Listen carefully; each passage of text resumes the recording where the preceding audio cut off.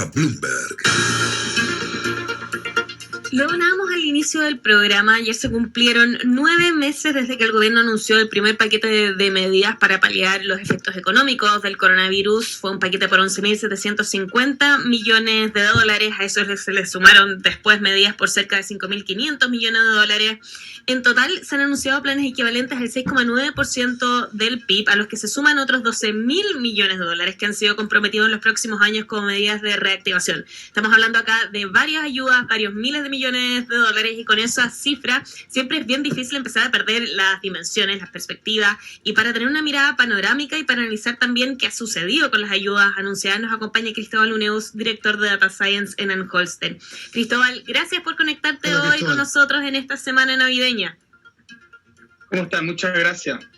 Acá estás absolutamente ad hoc con ese fondo. Para quienes nos siguen en pauta.cl pueden ver que Cristóbal está ahí con un mundo atrás a propósito de qué fue lo que sucedió ayer. Mira, yo lo comentábamos recién en la tanda, yo estoy bien desconectada con la astrología. Ayer se alineó Saturno con Júpiter, ¿es eso? Con Júpiter, y se podía ver una imagen, entonces en el WhatsApp familiar estaba todo el mundo hablando de este tema, entonces dije que era de acorde al día de hoy, en el fondo, porque parece que hoy día se veía muy bien. Muy bien. Hablando de otros astros que se empezaron a alinear, hablemos de las medidas que... claro, la pregunta es si se han alineado o no los astros en la entrega de las ayudas de parte del gobierno, porque la promesa era que se iba a llegar los estratos medios, los estratos bajos por sobre todo. ¿Se ha logrado eso? Mira, lo que sabemos hasta ahora es que básicamente el Estado ha focalizado su ayuda por dos canales. Por un lado, la ayuda directa a las familias, y por otro lado, ayuda a las empresas. Entonces, por el lado de las empresas, sabemos que la ayuda más importante ha sido a través del FOGAPE, que es un cierto incentivo a pedir crédito para los bancos, a darle crédito a las empresas, porque en caso de que el dueño no pague, el Estado cubre buena parte del crédito y por lo tanto reduce el riesgo. Y ahí sabemos que se han entregado 268.000 créditos. No sabemos cuántas empresas, porque podría ser que una empresa pidiera crédito en distintos bancos, ¿no es cierto? Pero podemos suponer que son muchos, son alrededor de cercanas a los 268.000. Y por el otro lado, si pensamos en las ayudas en las familias, ¿no es cierto? Tenemos dos tipos de ayudas importantes. Por un lado, a los trabajadores, que es la Ley de Protección al Empleo. Aquí no hay gasto fiscal, aunque el Estado comprometió. No ha sido necesario usar los 2.000 millones que se comprometió a dar en caso que se agotaron los recursos. Claro. Y aquí se han gastado alrededor de 1.000 millones de pesos para ayudar a alrededor de 800.000 trabajadores.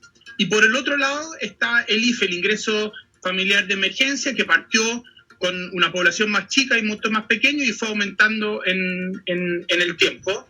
Y aquí se han gastado alrededor de 2.600.000 millones de pesos, es decir, como casi 3 veces lo que de la Ley de Protección al Empleo. Si yo sumo la ayuda a los trabajadores y el IFE, llego alrededor de, y lo sumo al bono COVID, llego alrededor de 5.000 millones de dólares. Esto hasta fines de octubre, porque los datos del Ministerio de Hacienda del IFE no se han actualizado después del 26 de octubre. Claro, eso es un Entonces, del monto que tú hablas, son los montos máximos gastados que se puede gastar, pero, por ejemplo, en el FOGAPE, que dice el Estado se compromete a un gasto máximo de 3.000 millones, eso es asumiendo que ninguna empresa paga de vuelta el crédito FOGAPE, pero lo más probable es que muchas empresas paguen y, por lo tanto, el gasto total efectivo va a ser bastante menor. Claro, ¿se puede ver qué tan centralizadas han estado esas ayudas, por ejemplo, en la región metropolitana, o si se ha podido distribuir esta ayuda en la totalidad del país? En el caso del IFE y de la protección al empleo, sabemos que hay una distribución bastante heterogénea a través del país. En el IFE, en distintas zonas donde ha caído más el ingreso, se ha llegado más. En los últimos IFE ha llegado casi a 3 millones de hogares. El IFE 6, que se entregó el 29 de octubre, llegó a 3,4 millones de hogares, mientras que el IFE 1, que fue a fines de mayo, fue a 1,2 millones. Entonces el IFE fue aumentando en el tiempo, de manera importante, porque se vio que no estaba llegando a todos los sectores y de manera más generalizada, ¿no es cierto? Y en la protección al empleo, en el FOGAPE sabemos menos, sabemos que ha llegado a todo tipo de tamaño de empresas, pero no sabemos yo no he encontrado cifras sobre distribución geográfica, si estas empresas están mayoritariamente en Santiago o también en regiones, pero probablemente también tiene una distribución geográfica bastante parecida, porque por ese volumen de créditos tiene que tocar mucho, no basta con las empresas en Santiago. Claro. Cristóbal, ¿cuál es ya teniendo estos datos, cuál es tu lectura de cómo ha sido la entrega de información, o sea, la entrega de la ayuda? Porque siempre el debate que hemos tenido, bueno, no es debate, es un poco el consenso, hasta el mismo gobierno lo ha dicho, que quizás no fueron lo suficientemente rápido en la entrega de la ayuda, y eso justamente llevó al primer y segundo retiro del 10% de las AFP. ¿Cuál es tu lectura sobre, ya viendo esta cifra de lo comprometido y lo entregado? Yo creo que yo estoy de acuerdo con ese consenso, que la ayuda llegó tarde y llegó poca al principio, porque subimos el IFE, lo multiplicamos básicamente por 3. Entonces no es que llegó solo tarde, sino que también fue poco al principio.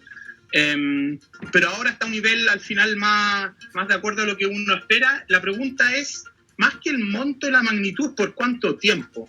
Y ahí yo siento que hay poca claridad hacia adelante. Escuchábamos, ustedes lo mencionaban antes, ¿no es cierto?, las noticias de Inglaterra. El gobierno anunció muy bien que no se puede viajar de Inglaterra a Chile, ¿no es cierto? Y todo el mundo está preocupado por la segunda ola, pero no sabemos si el IFE se va a empezar a pagar ahora o hay que esperar. El ministro dice que está listo para apretar el botón, pero no dice cuándo va a apretar el botón. Entonces yo creo que este nivel de incertidumbre no ayuda a las familias a planificar el verano y lo que queda del año. Lo mismo pasa con la protección al empleo. Recuerden que partía con una tasa de reemplazo del 70 y bajaba hasta 45. Entonces hay muchos trabajadores que hoy día están en el 45. ¿Va a seguir eso o lo van a subir?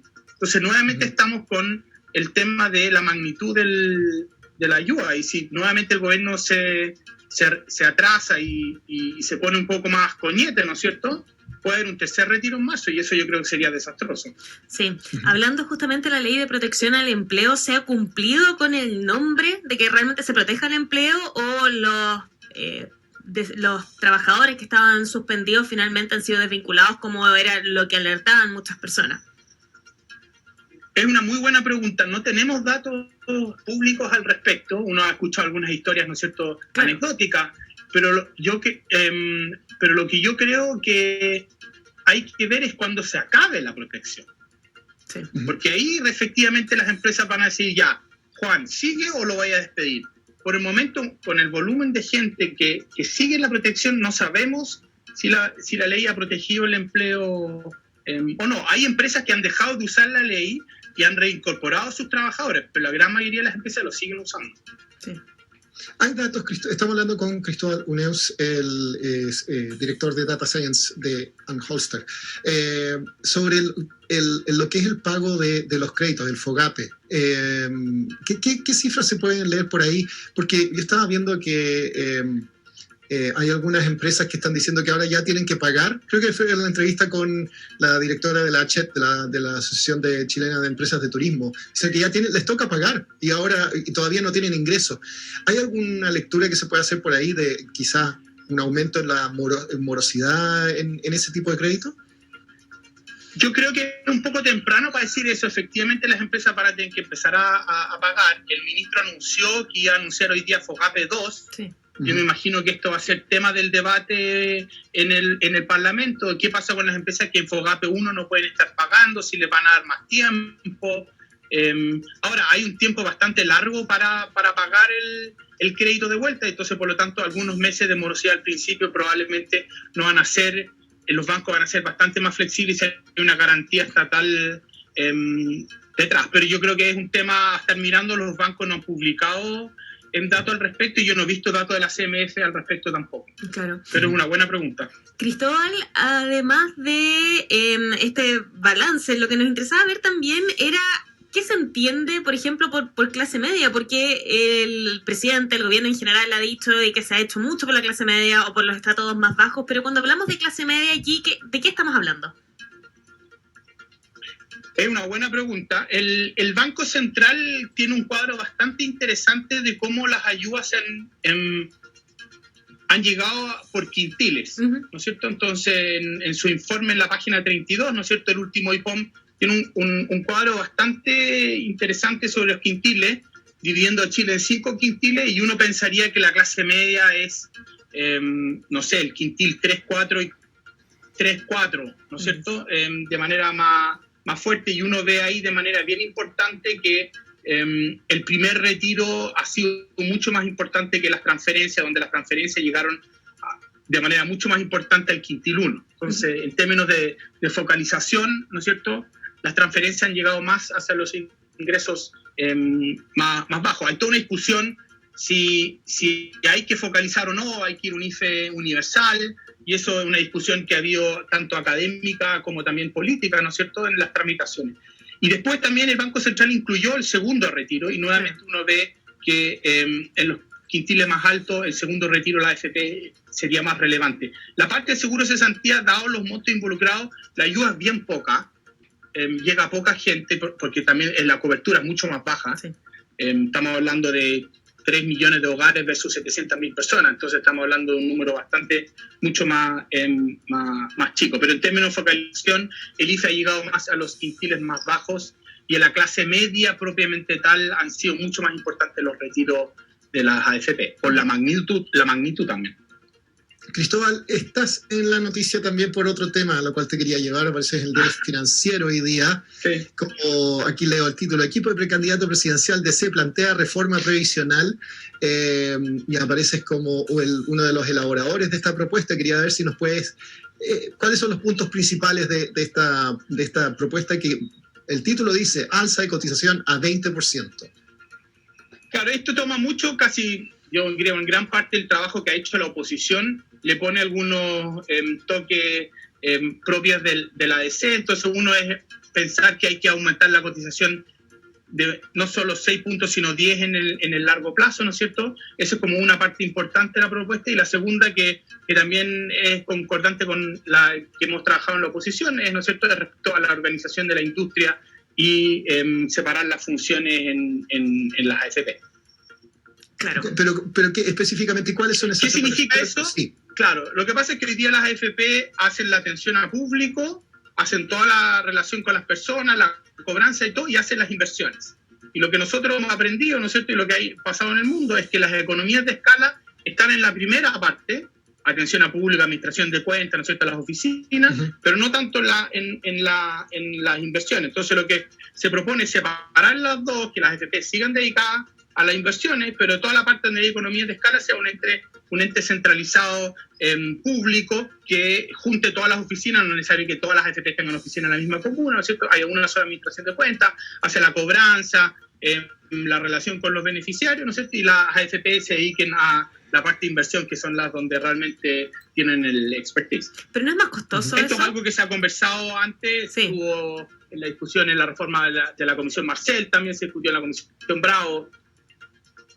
Pero no es más costoso al final para el mismo afiliado tener que pagar por la administración y por las inversiones de manera separada. Es que depende, porque si hay alta economía de escala, como nosotros queremos que haya, cuando hay un ente centralizado, los costos deberían ser más bajos. Pero tendría que ser el Estado, entonces, el que está a cargo de la administración. Puede ser un ente público o puede ser un proceso licitado también. En la AFC del seguro de cesantía es un poco así, ¿no es cierto? Hay un ente centralizado, y si uno compara los costos de la AFC con las AFP, son mucho más bajos que las AFP. Claro. Entonces hemos aprendido de la misma experiencia chilena, ¿no? Sí. Cristóbal Uneos, director de Data Science, gracias por habernos acompañado hoy en Pauta Bloomberg para hablar tanto de las ayudas que se han entregado como de estas propuestas presidenciales. Todavía nos falta para las elecciones, pero obviamente el debate siempre se adelanta muchísimo, así que vamos a estar hablando varios meses más ya de estas propuestas. Muchas gracias, que pase una feliz fiesta. Igual, chao. Chao. Los negocios están en Pauta Bloomberg.